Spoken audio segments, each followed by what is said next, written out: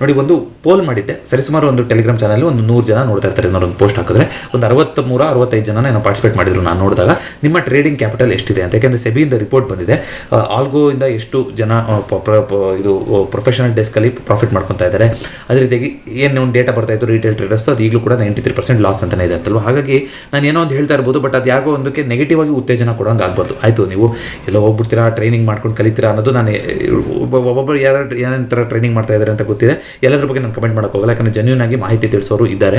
But ನಿಮಗೆ ಬಿಟ್ಟಿದ್ದು ಯಾರನ್ನೇ follow ಮಾಡೋದಾದ್ರೂ ನೀವು ಒಂದು 2 ತಿಂಗಳು 3 ತಿಂಗಳು ಅವ್ರನ್ನ ವಾಚ್ ಮಾಡಿ, ಅವ್ರು ಹೇಳ್ತಾ ಇರೋಂಥದ್ದು ಸರಿ ಹೋಗ್ತಾ ಇದೆಯಾ, ನನಗೆ ಸಿಂಕ್ ಆಗ್ತಾ ಇದೆಯಾ, ನನ್ನ ಟ್ರೇಡಿಂಗ್ ಸೆಟಪ್ಗೆ ಅವ್ರು ಹೇಳ್ತಿರೋಂಥ ಮಾಹಿತಿ ಅಡ್ಜಸ್ಟ್ ಆಗ್ತಾ ಇದೆಯಾ, ಇದೆಲ್ಲ ನೋಡಿಕೊಂಡು ದುಡ್ಡು ಕೊಟ್ಟು ಏನಾದ್ರು ಸೇರ್ಕೊಳ್ಳೋದಾದ್ರೆ ಸೇರ್ಕೊಳ್ಳಿ. ಬಟ್ ಮತ್ತೆ ಹೇಳ್ತಾ ಇದ್ದೀನಿ, ನಮ್ಮ ಮಾರ್ಕೆಟ್ ಮಾತುಕತೆ ಚಾನಲಿಂದ ಯಾರಾದರೂ ಕಾಂಟ್ಯಾಕ್ಟ್ ಮಾಡಿದ್ರೆ ಈ ಥರ ಕೋರ್ಸ್ ಇದೆ, ಈ ರೀತಿ ಒಂದು ಪ್ಲಾಟ್ಫಾರ್ಮ್ ಇದೆ, ಹಾಗಿದೆ ಅಂತ ದಯವಿಟ್ಟು ನಂಬಕ್ಕೆ ಹೋಗ್ಬಿಡಿ. ಆ ಥರ ಯಾವುದೇ ರೀತಿಯಾದಂಥ ಪೇಯ್ಡ್ ಸರ್ವಿಸ್ ಇರೋದಿಲ್ಲ. ಏನೇ ಮಾಹಿತಿ ಬಂದರೂ ಅದು ಯೂಟ್ಯೂಬಲ್ಲಿ ಬರುತ್ತೆ, ಇಲ್ಲ ಟೆಲಿಗ್ರಾಮಲ್ಲಿ ಬರುತ್ತೆ, ಎರಡೂ ಕೂಡ ಫ್ರೀ ಆಗಿರುತ್ತೆ, ನೀವು ಚೆಕ್ಔಟ್ ಮಾಡ್ಬೋದು. ಎಫರ್ಟ್ಸ್ ಇಷ್ಟ ಆಗ್ತಾ ಇದೆ ಅಂದರೆ ಅಫ್ಕೋರ್ಸ್ ನಮ್ಮ ಅಫಿಲಿಯೇಷನ್ ಲಿಂಕ್ ಮೂಲಕ ನೀವು ಡಿಮ್ಯಾಟ್ ಅಕೌಂಟ್ ಓಪನ್ ಮಾಡ್ಬೋದಿತ್ತು. ಅದಕ್ಕೂ ಕೂಡ ಇವಾಗ ಸೆಬಿ ಹೇಳಿದೆ ರೆಫರಲ್ ಬೋನಸ್ ಇಲ್ಲ ಅಂತ. ಉಳಿದಿರೋಂಥದ್ದು ಒಂದೇ ಜಾಯಿನ್ ಬಟನ್ ಅಂತ, ಅದರಲ್ಲಿ ನೀವು ನಿಮಗೆ ಆದರೆ ಮಾತ್ರ ಮಾಡಿ, ಇಲ್ಲ ಅಂತಂದರೆ ಏನೂ ತೊಂದರೆ ಇಲ್ಲ. ಸೊ ನೀವು ನನ್ನ ಮೇನ್ ಇಂಪಾರ್ಟೆಂಟ್ ಇರುವಂಥದ್ದು, ಯಾರು ಕೂಡ ಅನ್ನೆಸೆಸರಿಯಾಗಿ ದುಡ್ಡು ಕಳ್ಕೋದು. ಯಾಕಂದರೆ ಟ್ರೇಡಿಂಗ್ ಕ್ಯಾಪಿಟಲ್ 1 ಲಕ್ಷ ಇಟ್ಕೊಂಡು ನೀವು ಕಮ್ಮಿ ಟ್ರೇಡಿಂಗ್ ಮಾಡಕ್ಕೆ ಬರ್ತಾ ಇದ್ದೀರಾ ಅಂದರೆ ಫಸ್ಟ್ ಆಫ್ ಆಲ್ ನೀವು ಆಪ್ಷನ್ ಸೆಲ್ಲಿಂಗ್ ಮಾಡೋಕ್ಕಾಗೋದಿಲ್ಲ. ಇದ್ರ ಬಗ್ಗೆ ನಾನು ಡೆಡಿಕೇಟೆಡ್ ಒಂದು ವಿಡಿಯೋ ಮಾಡಿ ಟೆಲಿಗ್ರಾಮಲ್ಲಿರೋರಿಗೆ ಮತ್ತು ಮೆಂಬರ್ಸ್ಗೆ ಶೇರ್ ಮಾಡೋಣ ಅಂತ ಅಂದ್ಕೊಂಡೆ, ಬಟ್ ಬ್ರೀಫಾಗಿ ಹೇಳ್ತಾ ಇದ್ದೀನಿ. ಸೊ 1 ಲಕ್ಷಕ್ಕಿಂತ ಕಮ್ಮಿನೇ ಕ್ಯಾಪಿಟಲ್ ಇರೋದು ಅಂತ ಸುಮಾರು ಜನ 50% ಜಾಸ್ತಿ ಜನ ಅದನ್ನೇ ವೋಟ್ ಮಾಡಿದ್ರು. ಹೀಗಿದ್ದಾಗ ನೀವು ಆಪ್ಷನ್ ಸೆಲ್ಲಿಂಗ್ ಮಾಡೋಕ್ಕಾಗೋದಿಲ್ಲ. ಮಾಡಿದ್ರು 1-2 ಲಾಟಲ್ಲಿ ಮಾಡಬೇಕಾದ್ರೆ ಅದನ್ನ ಯಾರು ಪ್ಲೆಡ್ಜ್ ಮಾಡಿ ಮಾಡ್ತಾ ಇರಲ್ಲ. ಸೊ ನಿಮ್ಮ ಫೋಕಸ್ ಏನಾಗಿರಬೇಕು, ಇನ್ವೆಸ್ಟಿಂಗ್ ಕಡೆ ಆಗಿರಬೇಕು, ಅಥವಾ ಶಾರ್ಟ್ ಟರ್ಮಲ್ಲಿ ನೀವು ಯಾವ್ದಾದ್ರು ಒಂದು ಟ್ರೇಡ್ನ ತಗೊಂಡಕ್ಕಾಗಿರಬೇಕು ಹೊರತು F&O ಕಡೆ ಬರಬಾರ್ದು. ನೀವು F&O ಬರ್ತಾ ಇದ್ದೀರಾ ಅಂದರೆ ಕನಿಷ್ಠ ಪಕ್ಷ ಒಂದು 5 ಲಕ್ಷನಾದರೂ ಕ್ಯಾಪಿಟಲ್ ಇಟ್ಕೊಂಡು ಬರಬೇಕು.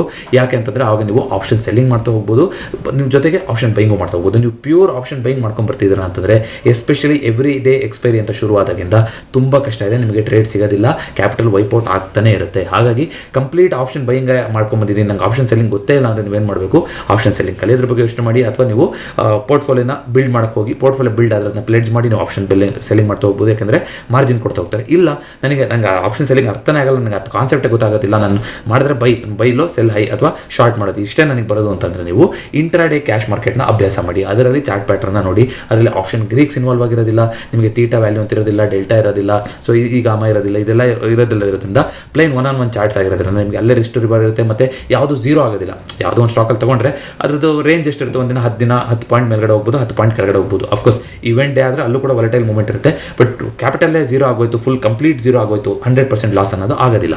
ಬಟ್ ನೀವು ಪೊಸಿಷನ್ ಜಾಸ್ತಿ ಇಟ್ಕೊಂಡು ಮಾಡ್ಕೊಂಡು ಬಂದಿದ್ರೆ ಎಲ್ಲದರಲ್ಲೂ ರಿಸ್ಕ್ ಇದೆ. It's all depends on quantity. But ಕಲಿಯಕ್ಕೆ ಬರ್ತಾ ಇದ್ರೆ ಕಮ್ಮಿ ಕ್ವಾಂಟಿಟಿ ಇಟ್ಕೊಂಡು ಬರ್ತಾ ಇದ್ದೀರಾ ಅಂದರೆ ನೀವು F&O ಬರೋದಕ್ಕಿಂತ ಇಂಟ್ರಾಡೇ ಕ್ಯಾಶ್ ಮಾರ್ಕೆಟಿಗೆ ಬನ್ನಿ, ಅಲ್ಲಿ ಸುಲಭ ಆಗುತ್ತೆ. ಚಾರ್ಟ್ ಪ್ಯಾಟರ್ನ್ಸ್ನ ಅಭ್ಯಾಸ ಮಾಡಿ ಆ ರೀತಿ ಪ್ಲಾನ್ ಮಾಡ್ತಾ ಹೋಗಿ. ಇಲ್ಲ ಅಂತಂದರೆ ಶಾರ್ಟ್ ಟರ್ಮಲ್ಲಿ ಇನ್ವೆಸ್ಟ್ ಮಾಡಿಕೊಂಡು, ಶಾರ್ಟ್ ಟರ್ಮ್ ಆದರೂ ಪರವಾಗಿಲ್ಲ, 3 ಮಂತ್ಸು 6 ಮಂತ್ಸು ನಾನು ಕಾಂಟೆಂಟ್ನು ಅದೇ ರೀತಿ ಚೇಂಜ್ ಮಾಡ್ತೀನಿ. ಸೊ ಡೈಲಿನೂ ನಾವು ಇಂಡೆಕ್ಸ್ನ ಜಾಸ್ತಿ ಮಾತಾಡೋದೇ ಬೇಡ, ಸ್ಟಾಕ್ಸ್ನೇ ಜಾಸ್ತಿ ಮಾತಾಡೋಣ. ಸ್ಟಾಕ್ಸ್ ಮಾತಾಡಬಾರ್ದು ಅಂತ ಸೆಬಿ ಹೇಳಿದ್ದಾರೆ. ಹೇಗೆ ಡಿಸ್ಕ್ಲೇಮರ್ ಆಗಿರುತ್ತೆ, ಅದು ಲರ್ನಿಂಗ್ ಪರ್ಪಸ್ಗೆ ಆಗಿರುತ್ತೆ. ಬಟ್ ಪ್ಯಾಟರ್ನ್ಗಳನ್ನು ಮಾತಾಡ್ತಾ ಹೋಗ್ಬೋದು ಇಂಡೆಕ್ಸ್ನ ಜಾಸ್ತಿ ಮಾಡೋಕ್ಕಿಂತ. So it all depends on ನೀವು ಯಾವ ರೀತಿ ಕಾಂಟೆಂಟ್ ಎಕ್ಸ್ಪೆಕ್ಟ್ ಮಾಡ್ತಾ ಇದ್ದೀರಾ ಅಂತ. ಸೊ ಕಮೆಂಟ್ ಮಾಡಿ ಇದ್ರ ಬಗ್ಗೆ.